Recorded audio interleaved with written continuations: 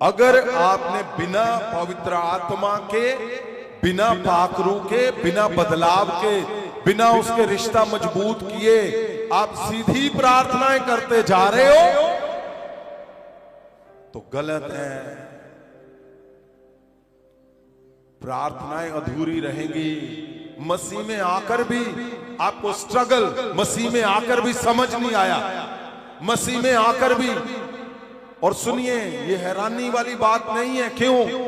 क्योंकि 4000 लगभग साल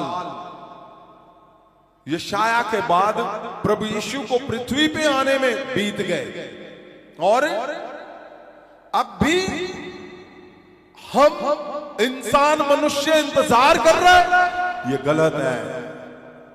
इंतजार कर रहा है अपने छुटकारे का, इंतजार कर रहा है बीमारी से चंगा होने का, इंतजार कर रहा है कि मेरी क्यों नहीं प्रार्थनाओं का आंसर आ रहा। तो सुनो, आपको पवित्र आत्मा से सही मन से जैसा आदम है, चेक कर लो, क्या तुम आदम की तरह हो? क्या तुम्हारे विचार आदम की तरह हो चुके? क्या तुम्हारे बातें आदम की तरह हो चुकी हैं कि नहीं? आदम के पास जेलसी के लिए कोई नहीं था। उसके पास कोई था ही नहीं कि वो परमेश्वर को शिकायत करे। उसके पास कोई था ही नहीं कि वो किसी के लिए योजना बनाए, वो किसी को भी हिट करे, वो धोखा दे, वो कुछ भी करे। आदम के पास ऐसा कोई है ही नहीं था।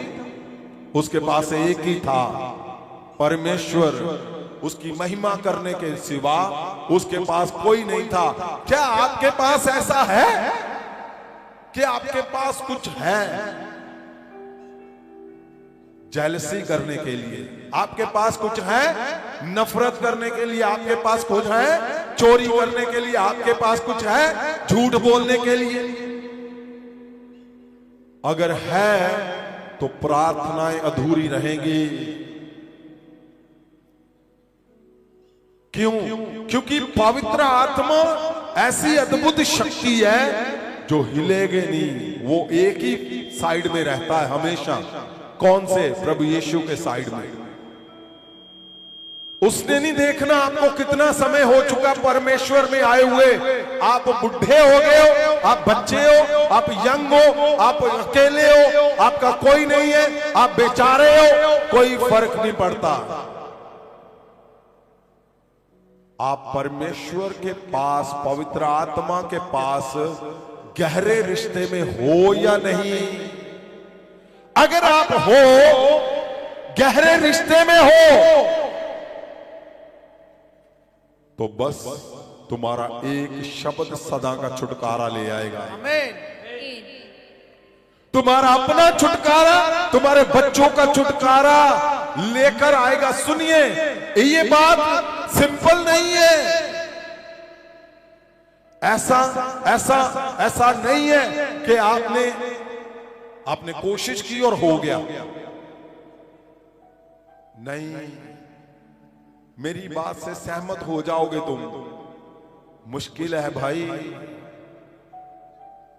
मुश्किल है उस जहर को अंदर से निकालना जो लोगों के लिए, जो दूसरों के लिए, जिसको इतने सालों से आपने बांधे रखा है, उसको निकालना समय लग सकता है। लेकिन याद रखना, परमेश्वर आपके लिए तैयार खड़ा है। परमेश्वर इतना बड़ा दिल लेके आया है, उसको पता है कि मेरे लोग, मेरे बच्चे, मेरा याजक, मेरा संत, मेरा चुना हुआ विश्वासी, मेरे लोग वो कोशिश कर रहे हैं, नहीं हो रहा। कोशिश कर रहे हैं, नहीं हो रहा। कोशिश कर रहे हैं झूठ बोलने की, छोड़ने की, नहीं छोड़ पा रहे। कोशिश है नफरत छोड़ने की, नहीं छोड़ पा रहे। कोशिश है व्यभिचारों को छोड़ने की, नहीं छोड़ पा रहे। कोशिश है, कोशिश है, कोशिश है। एक दिन आ जाएगा, वो एक दिन आज ही है भाई। आज आज आज आज आज ये सही है, मैं बोल रहा हूं। आप कोशिश कर रहे हो, ये बड़ी बात है। लेकिन याद रखना, आपको लगता है मैंने गहरा पाप कर लिया, अब परमेश्वर मुझे अब नहीं छोड़ेगा, अब मुझे परमेश्वर नहीं सुनेगा, ऐसा नहीं है। वो आज भी आपको बोल रहा है कि छोड़ दे सारा कुछ, आ जा मेरे पास। उसने इसीलिए लहू और बदन का बलिदान दिया, सदा के लिए, छुटकारे के लिए, हमें छुड़ाने बचाने के लिए। वो तैयार रहता है हमेशा हमेशा हमेशा। मनुष्य जितना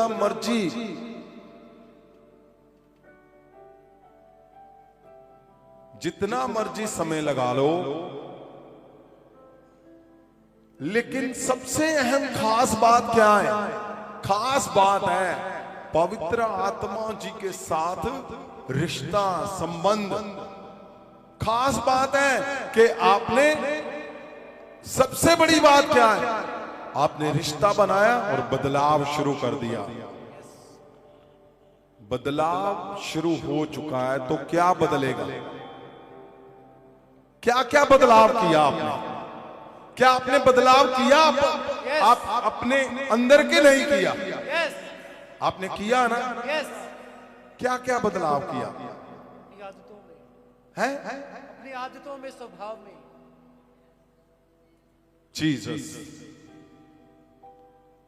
कोई जोर से बोल के बता सकता है उधर से? है, क्या बदलाव किया भाई? आवाज नहीं आ रही पीछे से कोई भी? अपनी बातों में, अपने स्वभाव में। नहीं, पीछे से कोई भी? आदतों को बदलाव, स्वभाव को बदलाव। कोई और, कोई और, कोई और। यस यस यस, और जोर से बोलो, क्या बोल रहे हो तुम? परमेश्वर के सामने तुमने बदलाव किया तो बोलो फिर उसको कि मैंने बदलाव किया अपने शब्दों में, मैंने बदलाव किया अपनी आदतों में, अपने विचारों में, अपने सोचने में, चलने में। क्या आपने बदलाव किया? यस। जीसस,